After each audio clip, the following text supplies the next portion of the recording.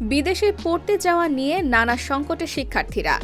জুলাই মাসের শুরু থেকেই বিভিন্ন দূতাবাস তাদের ভিসা কার্যক্রম সীমিত করে ফেলেছিল। ফলে যারা আগামী সেশনে ভর্তির জন্য অপেক্ষা করছিলেন তাদের অনেকেই আবেদন করার সুযোগ হারিয়েছেন। এরকম অনেক ভুক্তভোগী রয়েছে। সোনিয়া সুলতানা চট্টগ্রাম বিশ্ববিদ্যালয়ের শিক্ষার্থী, তার অভিজ্ঞতা শেয়ার করেন। তিনি ১৯ জুলাই যুক্তরাষ্ট্রের ভিসা সাক্ষাৎকারের তারিখ পেয়েছিলেন, কিন্তু ইন্টারনেট বন্ধ হয়ে যাওয়ার কারণে সমস্যা হয়েছিল।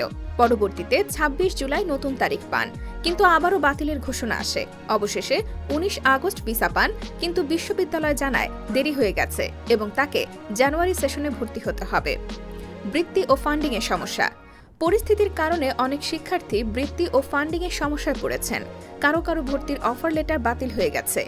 ব্র্যাক বিশ্ববিদ্যালয়ের এমবিএর শিক্ষার্থী জেনিফার বিঞ্জালি যেমন বললেন, যুক্তরাজ্যে মাস্টার্সে পড়ার জন্য এ বছরের শুরু থেকে চেষ্টা করছিলাম। অ্যাস্টন বিশ্ববিদ্যালয়ের অফার লেটারও পেয়েছিলাম, কিন্তু ইন্টারনেট বন্ধ থাকায় ঠিকঠাক যোগাযোগ রক্ষা করতে পারিনি। পরে যোগাযোগ করলেও আর উত্তর পাইনি।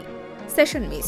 জুন জুলাই মাসের সেশনটা ধরতে অনেক শিক্ষার্থী গবেষকই আপ্রাণ চেষ্টা করেন, কারণ এই একটা সেশন মিস হলে পিছিয়ে পড়তে হয় প্রায় ৬ মাস।